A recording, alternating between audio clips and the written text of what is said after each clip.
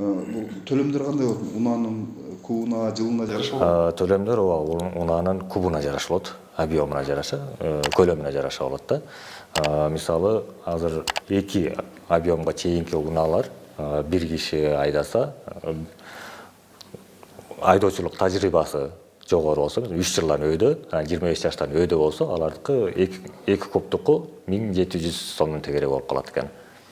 Андан чоңдордуку чоң улам акында көтөрөт. Машина ар түрдүү да. 30 000 сомдук машина бар, 30 000 долларлык машина бар да. Төлөм кандай? Айырмасы жок. 30 000 сомдук машина деле, 30 000 долларлык машина деле ошондой эле чыгым келтирет эгер bir кырсык болуп кетсе. Мында элдер деген биринчиден түшүнүшү керек, бул камсыздандыруу менен элдер бул өзүнүн жоопкерчилигин камсыздандырышат. Өзүнүн унасын эмес, өзүнүн жоопкерчилигин камсыздандырышат. Ошол автоунааны айдап баратып, бирөөнө кырсык жаратып, мындай зыянын келтирип алгандагы өзү төлөй турган чыгашасын ушу камсыздандыруу компаниясына жүктөшөт.